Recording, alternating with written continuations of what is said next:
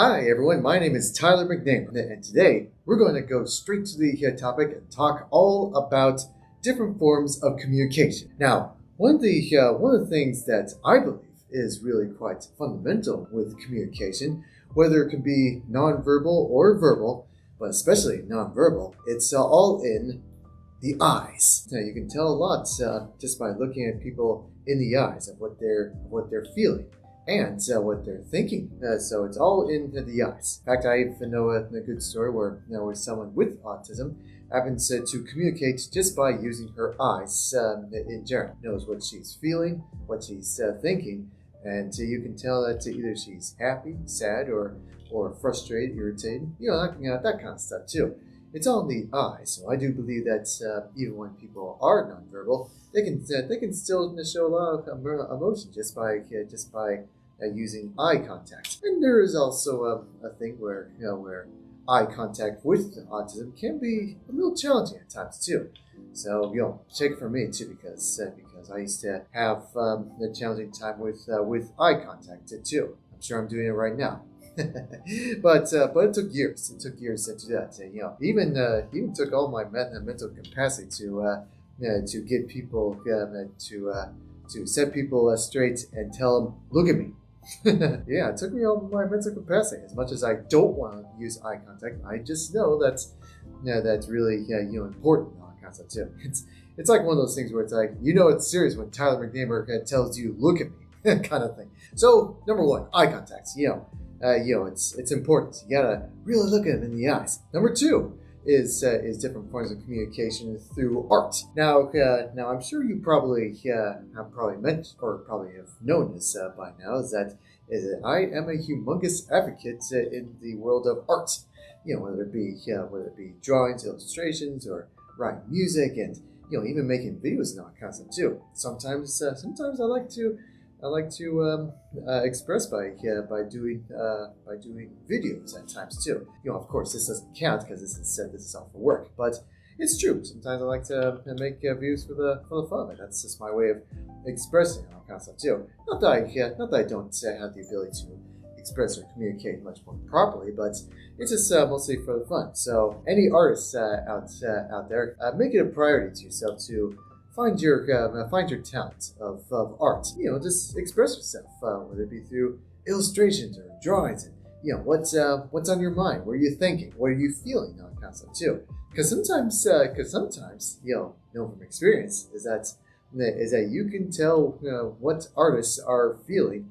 Whether they are feeling sad, they make something sad. Whether they feeling angry, they make something angry. When they're feeling happy, they make something happy. It's something that people can look at and possibly even laugh with. Not concept too, and you can tell. You can possibly tell what artists are feeling and wanting to express it in certain ways too. So that's basically what it is. Give it a try. Challenge yourself. You don't even need to be like super experienced with illustrations or videos or heck, even cooking, all that kind of stuff too. Yeah, just give it a try. Just give it a try when it comes to the arts. I'm such a big advocate of arts. I really enjoy looking at that stuff. That's why every last Friday of the month I go to the art walk just to see all the art and sipping on the wine.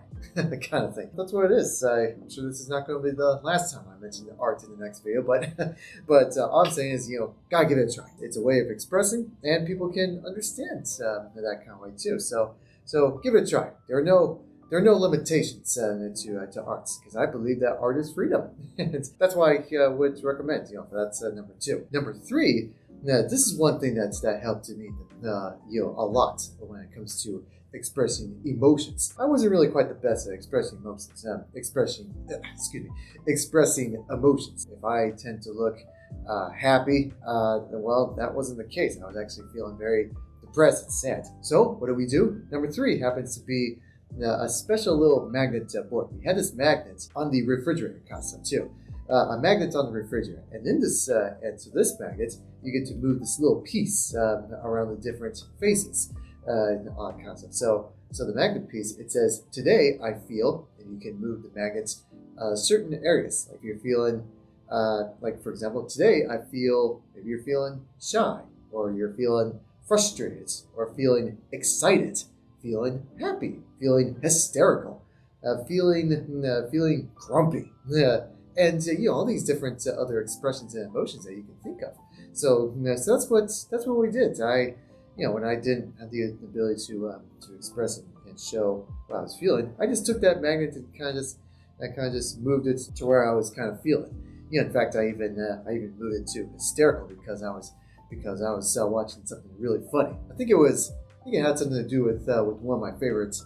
One of my favorite fictional characters, Goofy. So that's why I kind of moved that little magnet to hysterical, because I saw something funny with featuring Goofy, and that to me really worked too. And there are many other ways to express, not just the magnet. So number 4, you can also use certain tools that shows expressions. Like I'm pretty sure that there are people out there that have signs with them too, to show if they're happy or sad or angry or mad, which is basically the same thing, and show what they feel about concept. They can use their little signs for based on what they're feeling. So there's these different tools that you can use too. So when people are nonverbal at the moment, when they feel like they couldn't really speak in words, I guarantee you that there are people that have so much to say. It's just that they like to express it much differently. Kind of thing too. So number 5 is, and this is one of my favorite personal parts, is happens to be writing it down in words. You see, I'm an author. I wrote a couple of books. Hope you really like them. If not, then that's totally okay. Someone else can enjoy them. But yeah, I wrote a couple of books. Population 1, Becoming 1, and that was one of the things that felt like was easy for me to communicate. It happens to be in writing. Whether it be writing in my notebook, or writing a piece of paper, or even typing them out on the computer and all that kind of stuff. That was my way to express that sometimes it can be so hard to use in words and all that kind of stuff too. Because I grew up with a stutter. I kind of grew up with forgetting my words a bunch of times too, and sometimes it's like oh, it's on the tip of my tongue. Well, what is it? And all that kind of stuff too. So it was kind of a little challenging. I mean, sometimes even today it's still a little challenging, but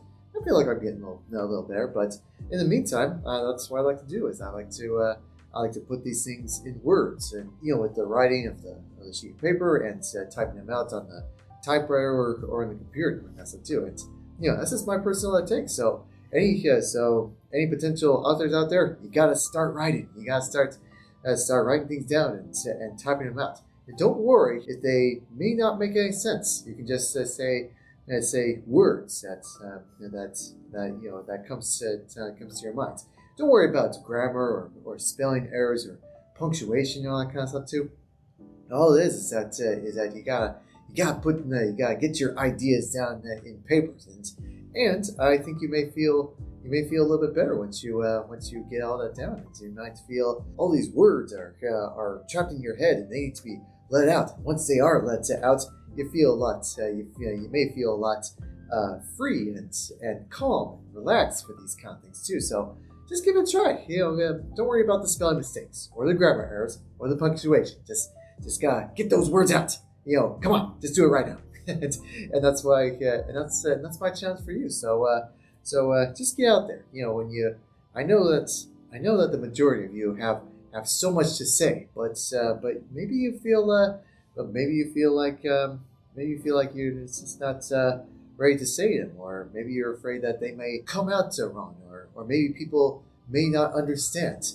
Well, I'm here to tell you that there are people out there that want to understand, and it's up to you to invite them into your world.